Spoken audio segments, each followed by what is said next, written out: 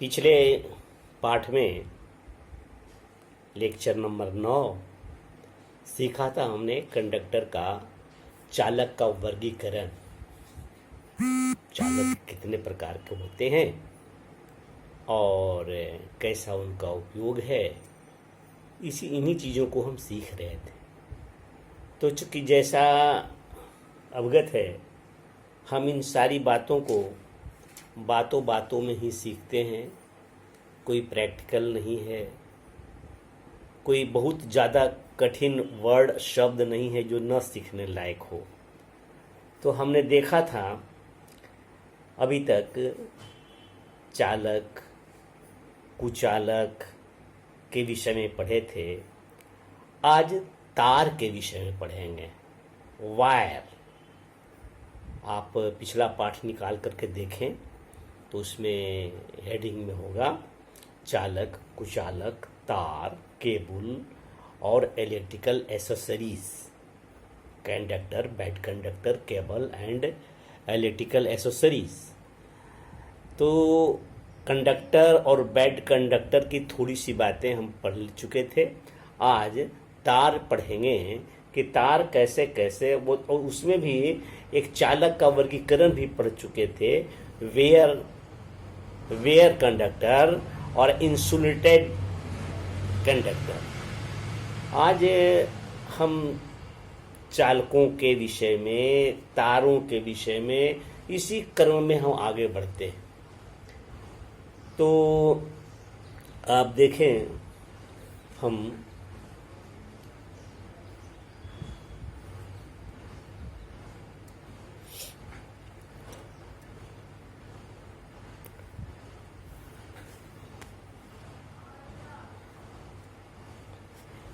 ये देखिए, यहाँ पैड पर हम देखते हैं क्या देख लिया था। चालकों के गुण तथा प्रयोग। चालकों के गुण तथा प्रयोग, प्रॉपर्टीज ऑफ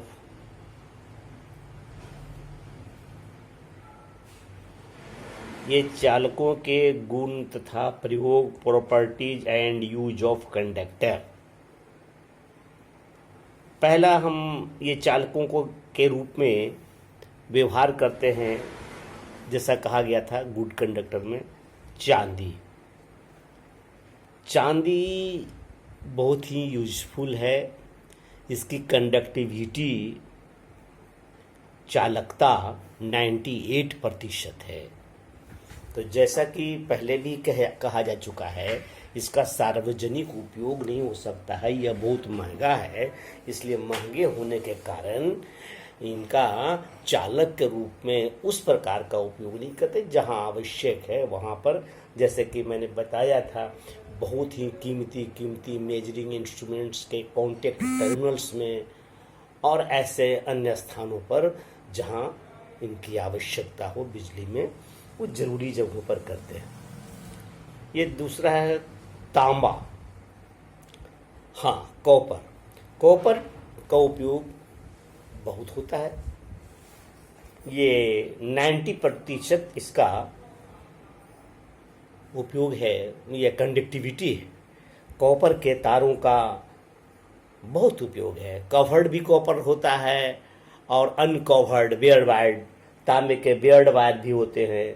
नंगे तारों, जिसको हम हार्ड ड्रोन कॉपर वायर कहते हैं, जिसके 8 नंबर से लेकर के अत्यधिक नंबर तक के आते हैं। ये मोटे मोटे तार, नंगा कॉपर का तार, जिसको अर्थिंग में से गाड़ते हैं, उस पर कवर नहीं लगा होता है अर्थिंग के लिए। वैसे तारों को हार्ड ड्रोन कॉपर वायर कहते हैं। बहुत कड़े होते हैं ये तांबे के तार। ऐसे तार बहुत कड़े होते हैं, मोटा, बहुत ही शीघ्र उसको हम झुका नहीं सकते हैं। तो इनकी मोटाई, इनके नंबर पर हम लेते हैं। ये आजकल mm पर भी नापते हैं, इसके cross section of area, Vyas, diameter, ऐसा भी करते हैं। और नहीं तो शुरू से जो ब्रिटिश पद्धति है नापने के लिए, SWG, स्टैंडर्ड वायर गेज, एक स्टैंडर्ड वायर गेज होता है जिससे तार की नापी की जाती है।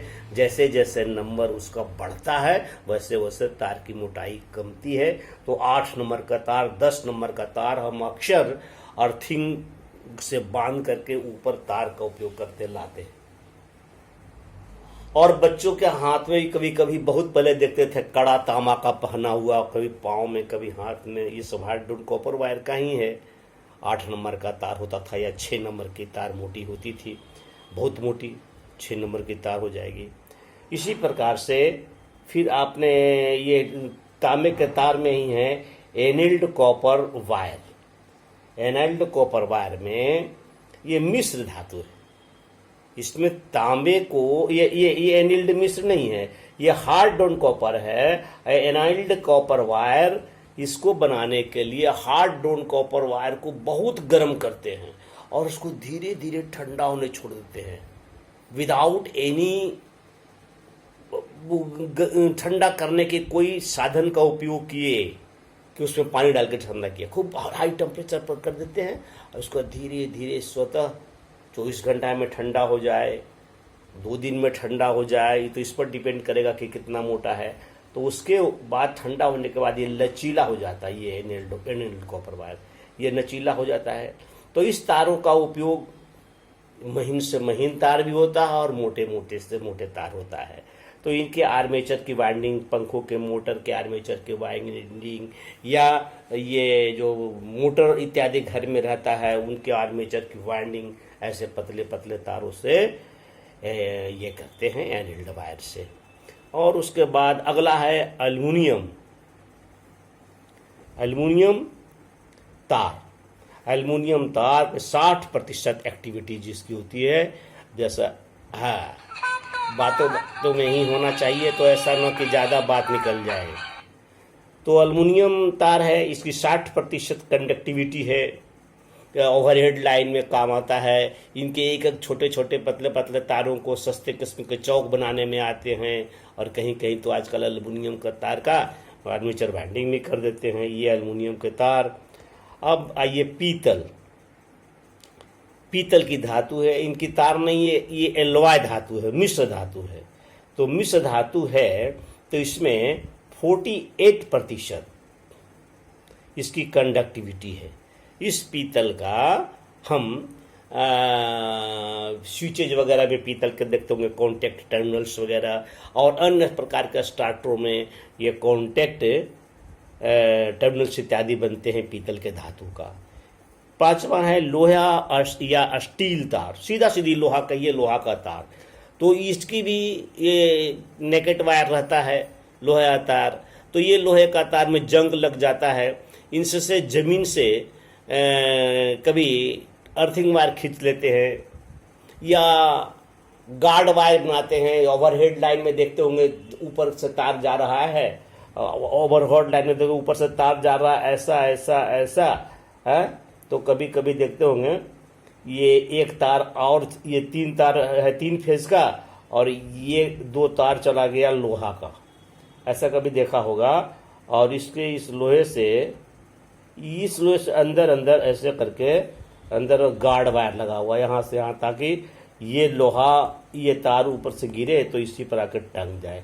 तो गार्ड वायर में या स्टे वायर में कोई खंबा रहता है खड़ा, कोई खंबा खड़ा होता है, इस प्रकार से खंबा है और यहाँ से खींचा जा रहा है, इधर तार खींचा जा रहा है इस खंबे से।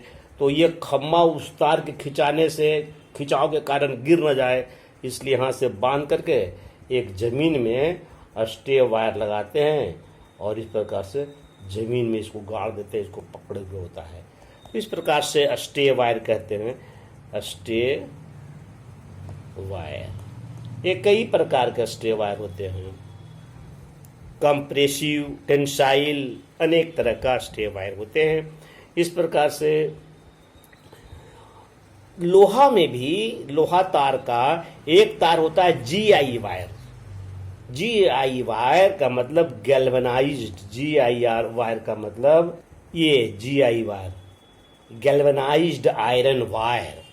इसमें इस लोहे के तार के ऊपर जिंक की कोटिंग की हुई होती है, वो चमकता हुआ तार होता है। बैंडिंग मार कभी देखते होंगे, एकदम पतली पतली तारें और चमक चम चम करता है, उस वास्तव में जस्ता का लेप लगा होता है, प्रलेपन, ताकि ये अधिक से अधिक इसमें रस्ट न लगे और ये तार अच्छा हो।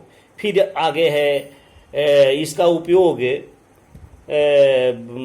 जीआई वायर का उपयोग वही है जो लोहे का तार का उपयोग है, बस इसमें जिंक से बचाने के लिए इसका उपयोग किया। बक्सा उक्सा को जिंक सीट जो रहता है वो बहुत चमकता है, लोहे का स्टील है, स्टील का है, वो धीरे धीरे उसका जिंक का ट्यूनिंग खत्म हो जाती है तो देखते हैं कि फिर काला होता है।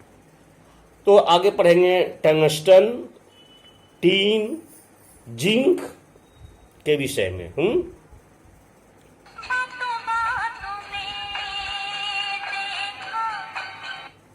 नमस्कार, मिलते हैं फिर अगले कार्यक्रम में।